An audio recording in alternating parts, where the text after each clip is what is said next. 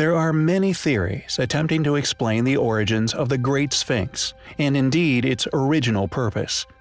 We have, in the past, covered the compelling theories regarding an ancient celestial alignment to the Great Sphinx.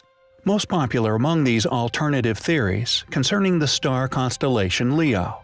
However, this theory is not only based upon events which happened over 2 precessions ago, but is also reliant upon the Great Sphinx actually once being that of an enormous lion. And although lions are mentioned in countless religious texts, ancient and also modern, with these beasts attributed to good deeds or evil, there actually exists another, and we feel more compelling theory regarding the Sphinx's true identity, purpose, and indeed its age. Since its rediscovery among the sands of Egypt, the Sphinx has been attributed to that of a guardian, long said to have protected the dead, and interestingly, this explanation may turn out to have been spot on. The Sphinx, although now possessing a human head, its form is noticeably out of proportion. If one indeed perceives it as a past guardian of the dead, and the underworld in which they dwell, then the Sphinx would have been in fact a dog, or more specifically, Anubis. Additionally, if the Sphinx did once indeed face a star in our night skies, then logically, there would only be one of 2 stars in which the dog would face, both held in high regard for untold millennia, one of which of course being Sirius, the other known as the little dog star Procyon. Interestingly, the star Sirius is held in high regard by many ancient cultures, some which insist that we were once visited by gods, locating from this particular star constellation. And with ancient Egyptian art drenched in mysterious beings, all attributed as gods who came from the heavens, it could be postulated that the Sphinx was guarding the entrance to what they perceived as the underworld, or the realm in which the gods came from. What supports this theory and the possible concealment of this knowledge is the apparent destruction, and now absence, of any identifiable dog-like sphinxes left anywhere on Earth. Anthony West once brought the water controversy theory into the public domain, a theory he has done extremely well from. This evidence has long been used as a form of evidence that the Sphinx is much older than currently claimed, and due to the absence of this erosion on the Great Pyramids, also used it to claim it is much older. Additionally, he has also been a verbal advocate for the belief that the Sphinx was a lion. Worrying, however, regarding his motives, if this were indeed the case, then any compelling connections with the function of the Sphinx, the entrance beneath, and the pyramids, each made to specific sizes in relation to the distance of Orion stars, would be merely impossible to make. However, and what is most concerning, is that with a little research of ancient texts, it soon becomes apparent that the Sphinx was once surrounded by a body of water, conveniently named the Lake of the Jackal, or Anubis Lake. This aptly named body of water has seemingly been covered up, not only by West, but to attempt to conceal the Sphinx's real age, but also its true identity.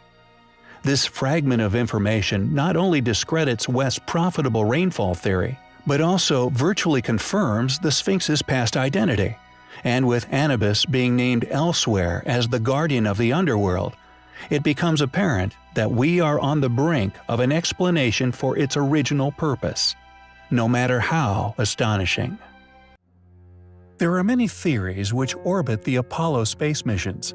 However, apart from the obvious moon hoax claims, there are many other baffling tales surrounding these missions, surrounding not only a proof to the validity of the programs, but also a seemingly transparent approach to presumably many, although we would never believe all, of the anomalies that the American Space Agency encountered during those incredibly expensive yet highly successful missions, watched by nearly everyone spinning around on our small globe. One, very few lucky enough to travel away from, like to call the blue marble. There are many unexplained images that have been snapped of the moon by NASA. Some claimed as showing nothing like that of the famous pyramid we have covered in the past, seemingly rediscovered on an image once claimed by NASA as an overexposed image. Yet there are many other anomalies and objects NASA neither confirm nor deny the existence of, yet still release said images to the world. They do not deny and equally accept that many they cannot explain. The Shard. This image is a 44-time enlargement of a lunar orbiter frame coded LO384M. Taken with a medium-resolution camera at a distance of at least 250 miles, it shows an object dubbed by Richard Hoagland as the Shard. Interestingly, although some have dismissed the object as a simple camera malfunction, the Shard also possesses a shadow correctly aligned with the position of Sol at that time.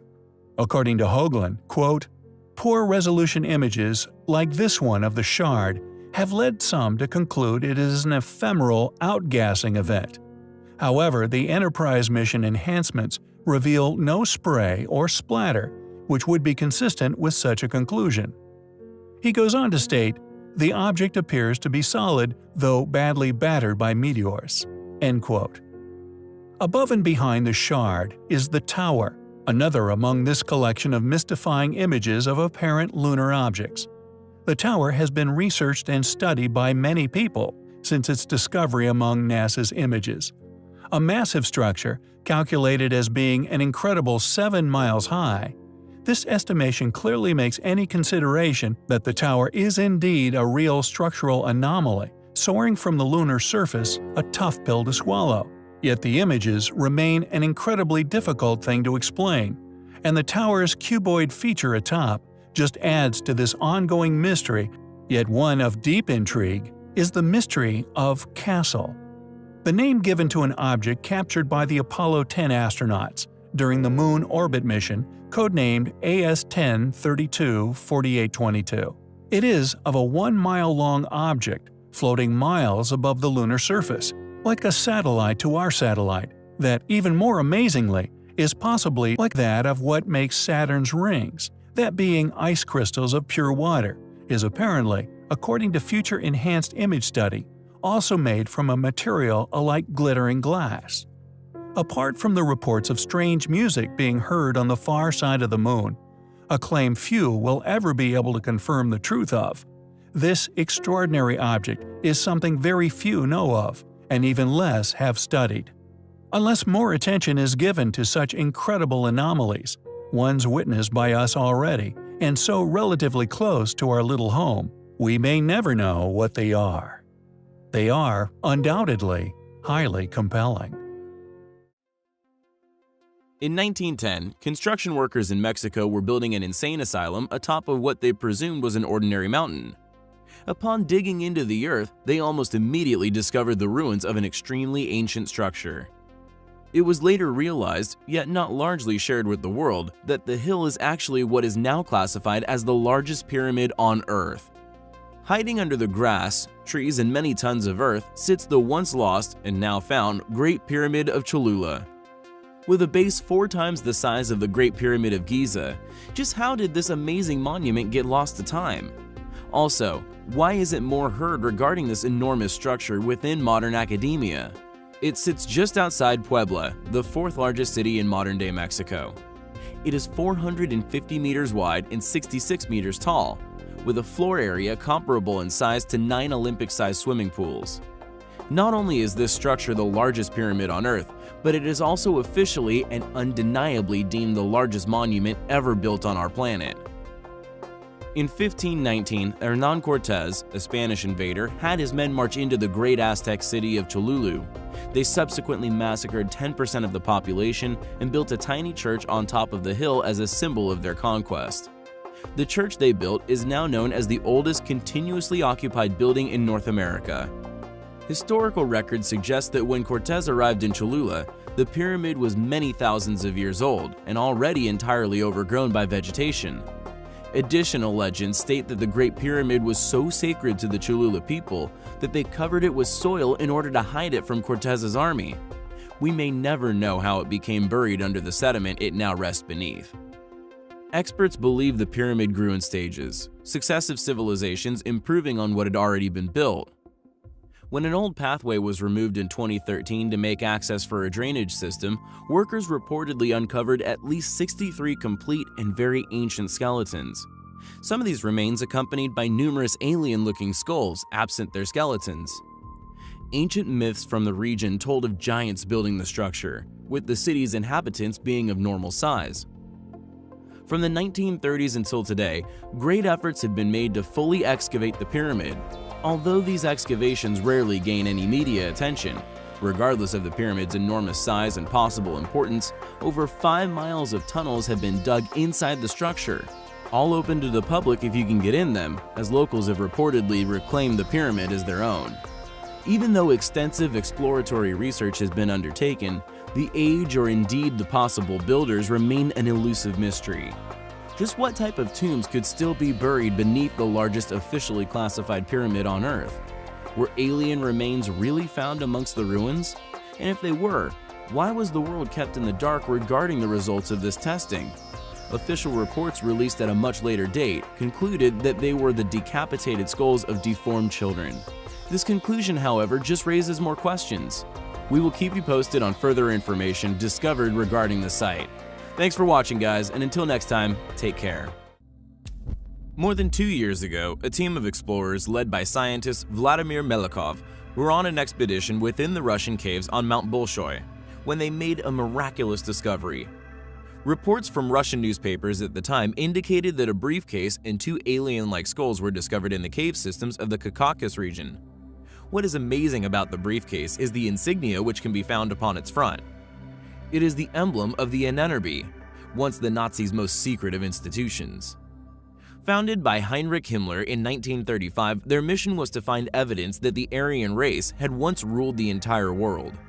But they also branched into occultism, paranormal research, pseudoscience, and the study of UFOs and weapons development, all due to Himmler's obsession with such things. The strange appearance of the skulls has led to speculation that the Nazis were in contact with aliens. Mr. Melikov was reported as saying the creature is unlike anything known to man. He said among the most mysterious features of the skulls is the absence of a cranial vault or jaws. The eye sockets are also unusually large. He added, even when compared with the skull of a bear, it is hard to think that you do not have in your hands the remains of an alien creature. Paleontologists in Moscow were shown pictures of the skulls. They reportedly dismissed the skulls, saying they could have been exposed to sand for long periods of time, which could have altered their shape. Russian newspaper reports have also recorded other German discoveries in the area, including last summer when Elbrus hunters found a second suitcase with the NNRB logo.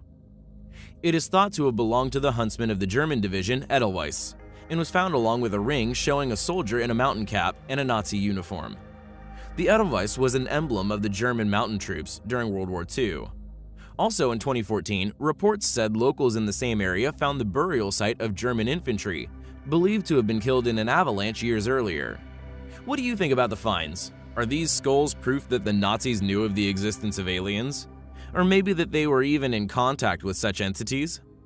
The skulls and briefcase are now said to be stored at an archaeological complex in Belovod, a site which stores many historical artifacts.